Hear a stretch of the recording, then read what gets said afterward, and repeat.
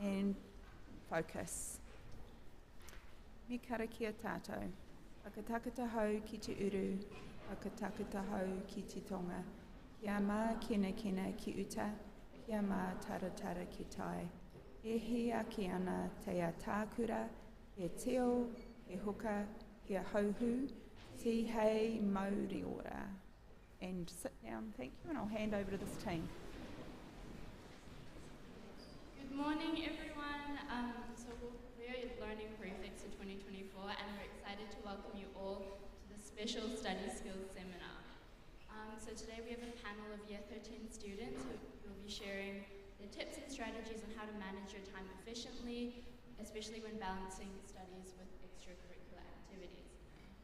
As we approach the upcoming exams, this is a fantastic opportunity for you to gain some valuable insights on preventing procrastination, organizing your time, and studying efficiently.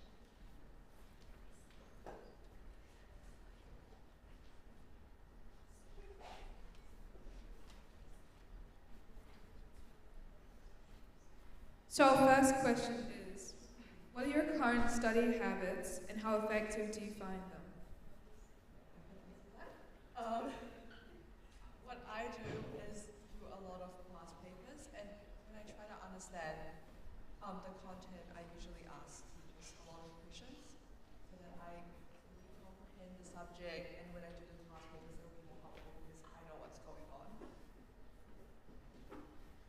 When I study, I use like a mix of passive and active recall. You want to be making notes about your subject, and then after you've done your overview, you can get into the active recall techniques. So things like memorizing things, so turning over the page and writing as much as you can remember, or practice tests. That's the best one because you can see how NCEA structures the format. Or you could do teaching other people with a whiteboard. That's quite proven, that's a good technique. Or you can even do lots of flashcards. Or just mixing up your study habits can be really effective, I found. Thank you.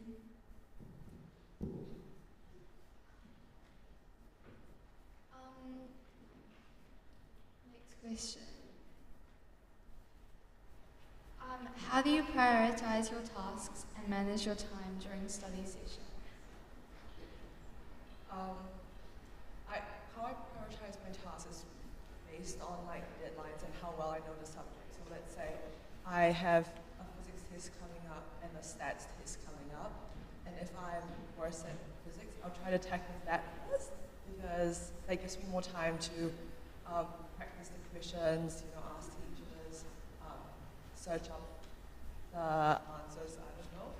But how to prioritize, and like during study sessions, me and my friend, like if we study together, we usually have like a phone pile.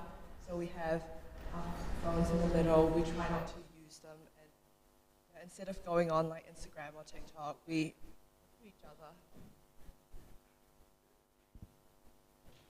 How do you study for different subjects? So Emma for STEM subjects. So as mentioned before, past papers are the best thing that you can do. My strategy in exams is for the exam to be as familiar to me as possible. So the more questions you do, the more likely you would see a question that you know exactly how to answer. But how I usually do it is I focus content in the exam. So make sure you know all the content, so that's doing all the questions that you get given in your booklet, asking questions, listening in class, showing up to class, make sure you know all the content that you can, and then just go back past papers.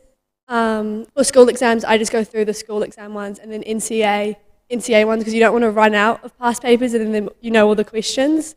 But yeah, that's my biggest tip, is past papers.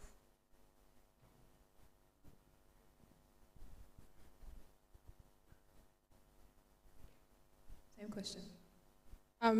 So for DVC and technology projects, manage your time differently because DVC and technology projects are a hand-in rather than a written exam at the end. So I like to manage my time by doing all the work I need for DVC beforehand and leaving mock revision and exam revision for my other subjects like STEM, English, and business. So by working consistently on these projects, you'll make sure you can finalize and get your good grades if you have good time management.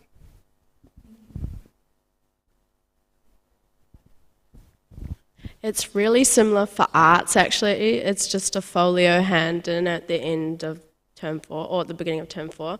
So for visual arts, especially if you can block out, so I do painting, so I'm taking that from reference.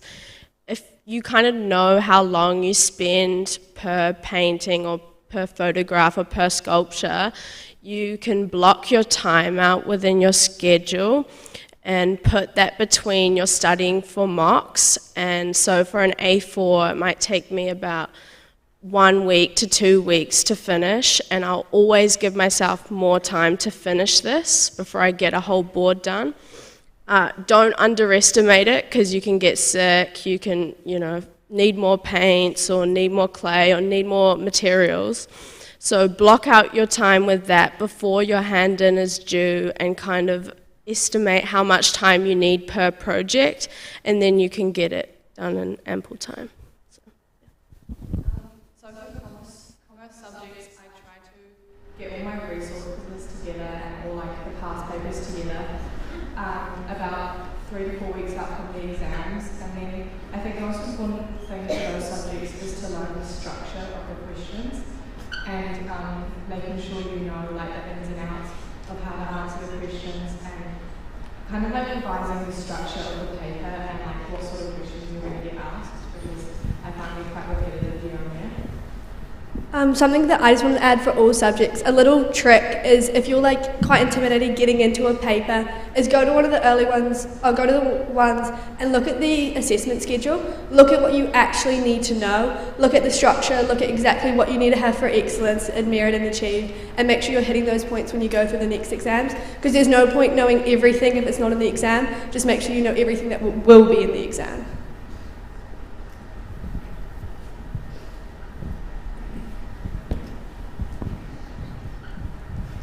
Jasmine, do you want to do for English? Okay, so for English subjects, it's quite similar to what Macy and Emma have said already. You need to understand the structures of the questions and the structure and how you're replying to questions as well.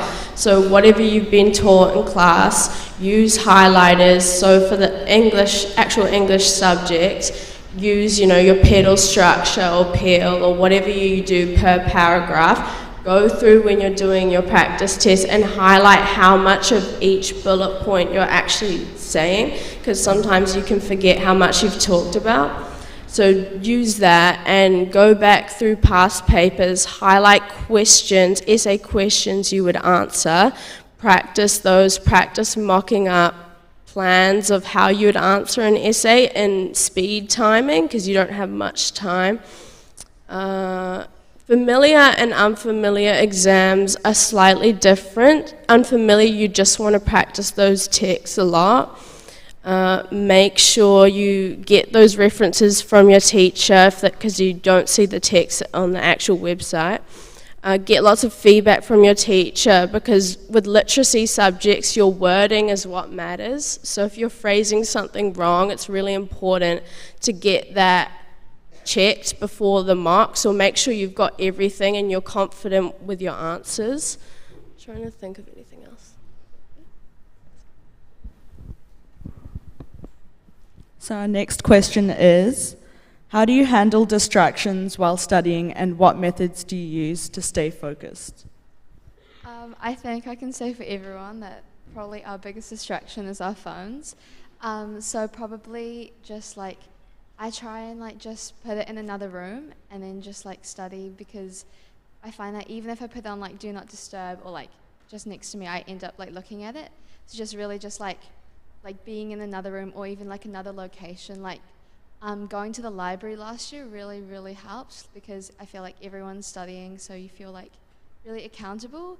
And also there's a lot of uni students, and I feel like they, kind of judge you if you don't study. But yeah, I reckon library as well, and also, yeah, library in the morning at school is also a good idea as well. Following on from what Kara has said, there are many other techniques that you can use, such as like the Pomodoro technique, where you have a timer, like set it for 25 minutes, and it will get you started, and you can always take breaks in between, so that allows you to continue studying without burning out. Another one of my techniques I use is kind of like productive procrastination. So when I am kind of stuck on what I want to do or like how to get started, I write down a list of things that I can possibly do that's more productive, but that's not studying. So either going out for a walk for like 10 minutes, maybe cleaning up your room, going to the gym, and then coming back to study. That will help you clear your mind and hopefully give you more motivation to start your studies. Our next question is how much should I be studying? I think it depends on how hard your subjects are and how good you are at it. But to me, I like to have, like Sophie said, like a productive procrastination time, so that when I spend, let's say, 3 hours on a subject, I'm really going at it. I'm not looking at my phone. I'm not talking to my friends that much. I'm not going out to eat, not going out to, do stuff. I'm just sat on my desk and studying. And to me, I think that's helpful, to like how much you're studying, so that you still have time outside of that studying time to have fun with your friends.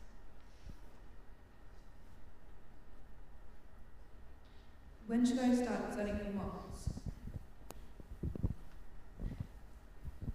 I think it's good to not start too early because you don't want to burn out before the NCA exams. So I think I started about 3 to 4 weeks out last year from the mocks, and I think that takes us to about this week or this weekend, and I would start getting all my resources together from my teachers, start printing out all the past papers at the library, and then also writing myself some lists to make sure I know what I have to do when it gets closer to the time of the exams. Yeah.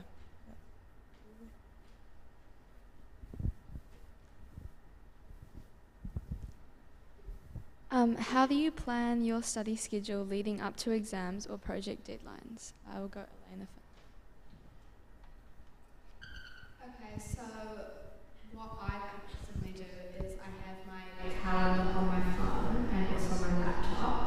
And the first thing to put in is all of your non-school stuff, so sports trainings, maybe you've organised to hang out with your friends, different things like that.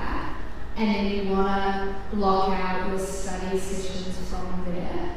And what I did last year, which worked quite well for me, is I found the days of the week that were less heavy on kind of the out of school stuff. And that's where I'm like, okay, 2 hours after school today, I'm going to do this. And that's really good to look at kind of far from the exams, because if you can just do a little bit leading up each day, every 2 days, then it doesn't really feel like a really big task, and it can put you mentally in a lot better place, because it's really hard to look at 3 past papers, or for me anyways, on a Saturday, 2 exam or 1 week out. What you have to do is, if you've done a little bit and a little bit going forward, it can be a lot easier.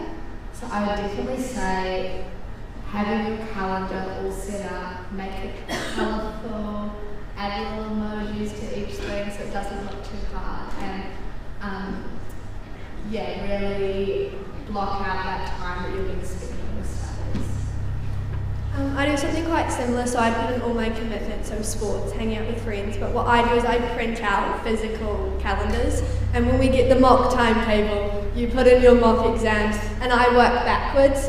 So, for example, if I have an exam on the last day, then I know that I have more time during that mock schedule to be studying for that exam, because you want to try and make sure it's even with your subjects, because we all have our favourite subjects and we all have our least favourite subjects, and some subjects are easier to study for than others, so you don't want to find yourself only having studied for one subject because you like it better. So I work backwards, and then you kind of just put with, and you also have to look at how well you know the subject. A subject that you're the best at, you're not going to need to study for as much as your worst subject. So I just work backwards, and usually I think I would put about 2 subjects on a school week, on a school day, and then 3 subjects on the weekend, and then I would just pick and choose. It depends how much direction you like. I personally don't like being told what to do too much, so I would just put the subject, so then on the day I could choose what paper to do on it, so I could feel like a bit of personal choice instead of just like calendar telling me what to do. But if you like exactly knowing what to do, I would put like what paper you're going to be studying or exactly what you're going to be doing, and I just work backwards, and you want to be able to like count each study session so it's like even with how much you want to be studying for that subject. So that's what I do. Following on from Emma, I want to talk about the project deadlines. Quite different to how you would plan out other exams, because they require consistent effort throughout the term or throughout like the length of your project, just to make sure you can build it up towards a really good portfolio at the end. So I'd say if you aren't studying for your other exams, it's good to focus on your project, and you can take a break from studying or from your project to do either or, because they use like different parts of your brain, and it's kind of like a good break. Yeah.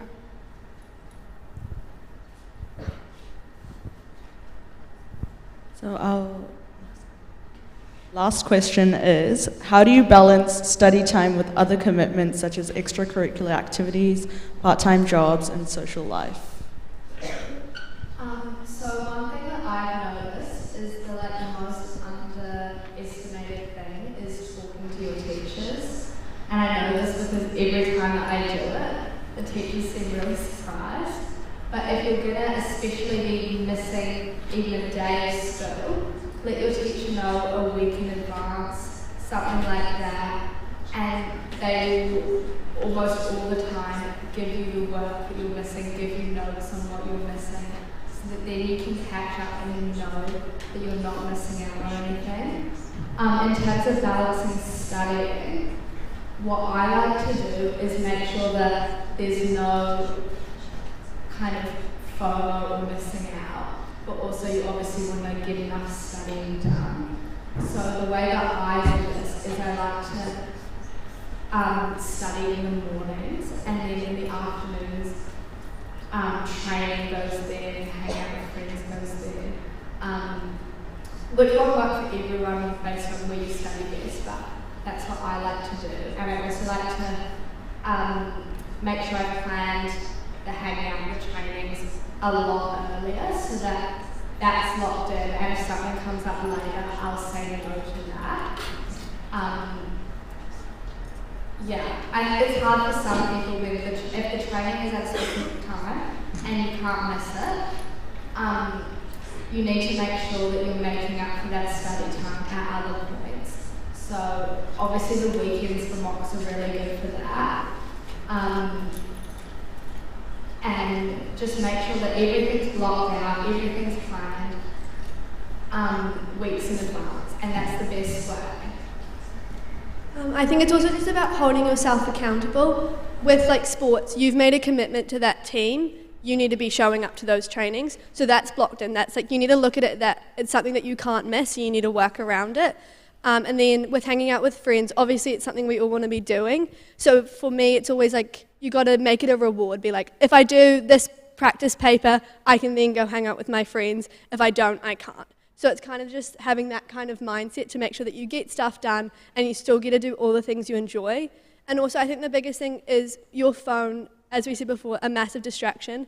So studying, it might take you 3 hours to do one past paper if you keep looking at your phone after every question, all that kind of thing. Or if you put your phone away, you can get the same thing done in an hour. So it's just about having that mindset that it's like, you can do this quick and you can do this well, so then you can go do all the other things that you enjoy and all the things you've made a commitment to.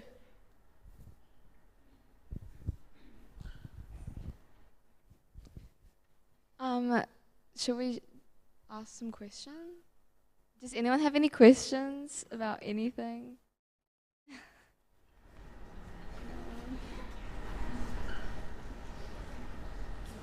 Yeah, someone had a question up there. Yeah. Do we get study leave? Yeah, you do get a study leave, kind of, for like one day. But one whole day is like 24 hours.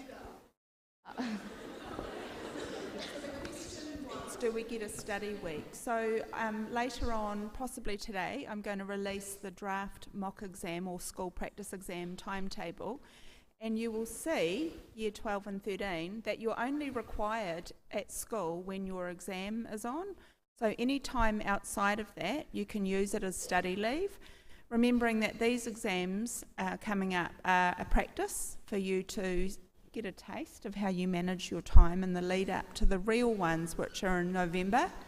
So in November you will be leaving, I think from the top of my head, it's the Friday of week 2, and then there is a full week before the NCEA exams start, and they run for about a month. So you can see that they are spread out, and yes, you do end up with some study leave time. So by now you should have already downloaded the NCEA exam timetable, and that should be in your calendar, because those, I'll send that out to you again with the school mock exam timetable as well, by the sounds of things. Any other questions?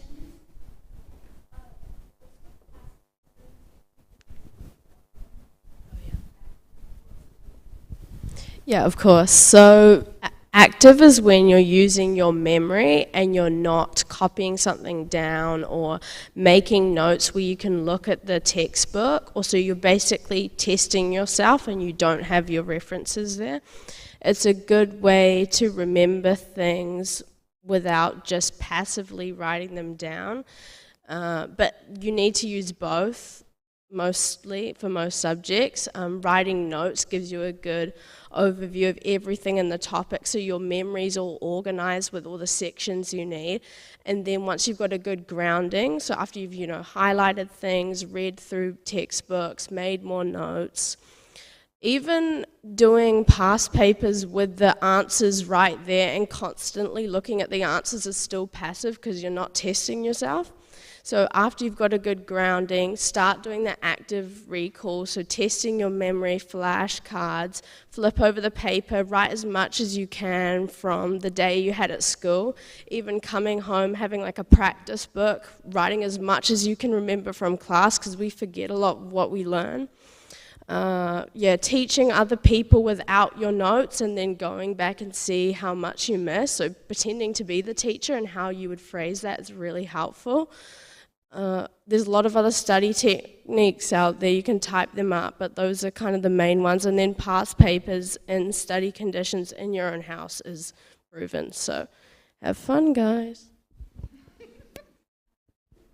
So there are some resources on the next slide for studying on your own and at school.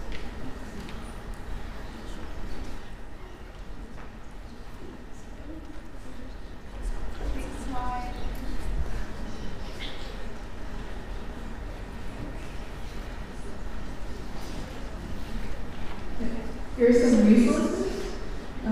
Peer tutoring, club within school, teachers, as Susan said, with great advice, friends, scholarship tutorials, clubs, and many more.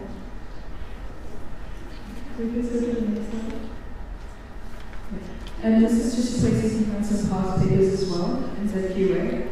But, Before we finish, do we have any final questions about anything? Never mind, go. Okay. Thank you so much for your time. We hope this session sheds some light on studying and alleviates potential fears around taking exams. And thank you so much, and have fun with your pretty class.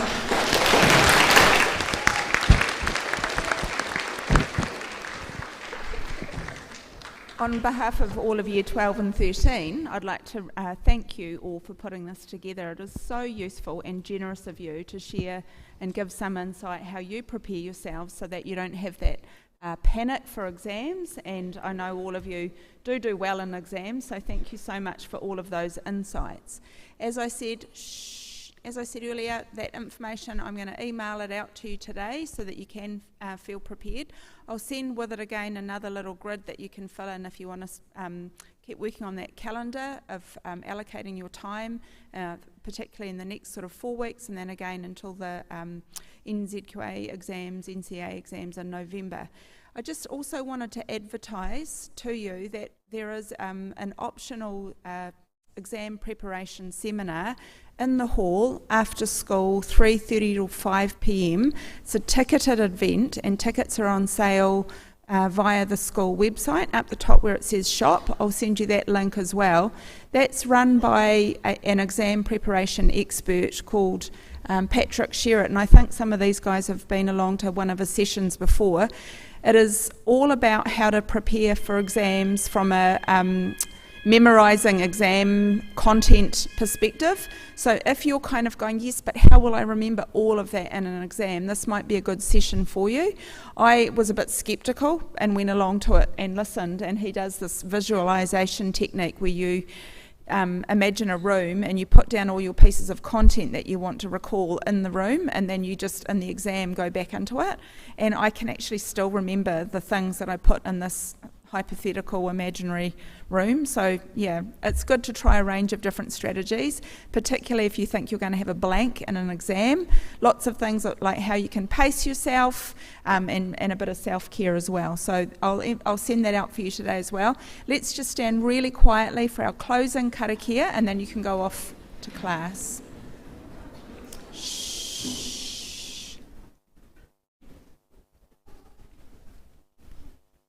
Me karakia tātou.